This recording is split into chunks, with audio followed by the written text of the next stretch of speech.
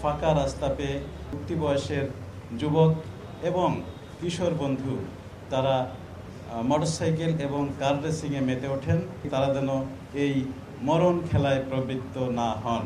অভিভাবক মণ্ডলীর প্রতিও বিনীত অনুরোধ, তারা যেন তাদের সন্তানদের এই ধরনের মরণ খেলা থেকে নিবৃত্ত করেন, বাধ্য করেন। আদারওয়াইজ পুলিশ বাধ্য হবে তাদের বিরুদ্ধে ব্যবস্থা গ্রহণ করতে।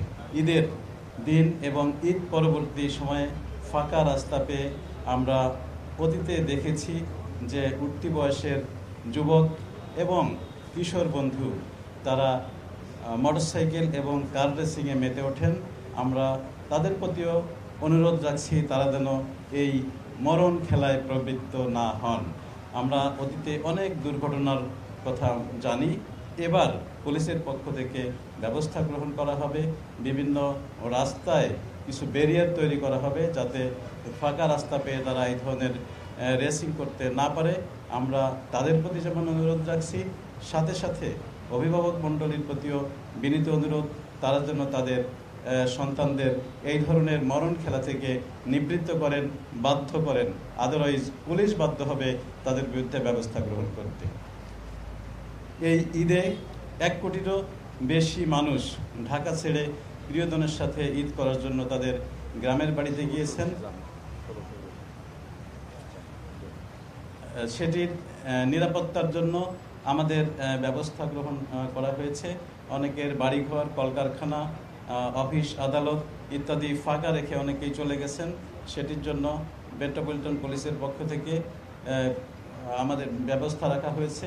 তার সাথে এবার যুক্ত হয়েছে বিভিন্ন জায়গায় যে দিবা প্রহরী, নৈশ প্রহরী রয়েছে প্রাইভেট, তাদেরকে আমরা ইনক্লুড করেছি। তাদেরকে সহ এবার এই যে ফাঁকা সময়টা যাবে সেটা ডিউটি পরিকল্পনা করা হয়েছে। আশা করি আমরা একটি সুন্দর ঈদ উপহার দিতে সক্ষম হব।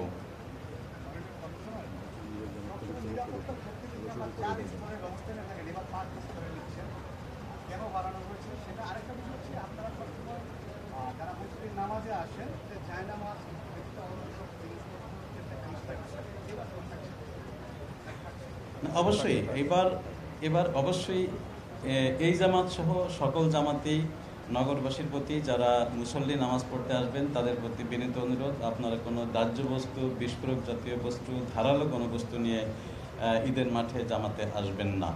আমরা জানি যে বাংলাদেশের চামড়া প্রসেসিং এলাকা পুরোটাই ঢাকায় এবং ঢাকা জেলার সাভার থানার হিমায়তপুরে।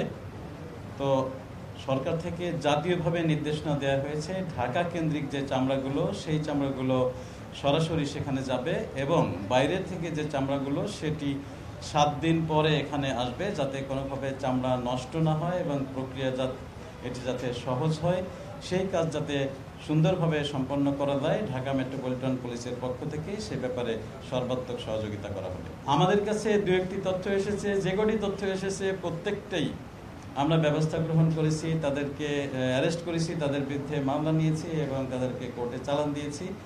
আমি আশা করি যে পরবর্তীতেও এই ধরনের কাজ যারা করবেন তারা এটিতে সতর্ক হবেন এবং ভবিষ্যতে এই ঘাট থেকে তারা নিবৃত্ত থাকবেন। অনেক ধন্যবাদ। আমরা নিরাপত্তা ব্যবস্থা যতদূর বেশি নেওয়া সম্ভব হয় আমরা সেটি নেওয়ার চেষ্টা করি। এবার আমাদের যেহেতু ড্রোনটা অতিরিক্ত আমাদের কাছে এসেছে এবং বাইরেও আমরা বেশি নিরাপত্তা ব্যবস্থা রেখেছি, এটি আমরা সব ধরনের চ্যালেঞ্জ মাথায় রেখে আমরা নিরাপত্তা ব্যবস্থা গ্রহণ করে থাকি। সেজন্য আমরা সবসময় সর্বাত্মক এবং সবচেয়ে বেশি ব্যবস্থা যেটা নেওয়া সম্ভব হয় সেটি করে থাকি এবং এবারও সেটি করেছি।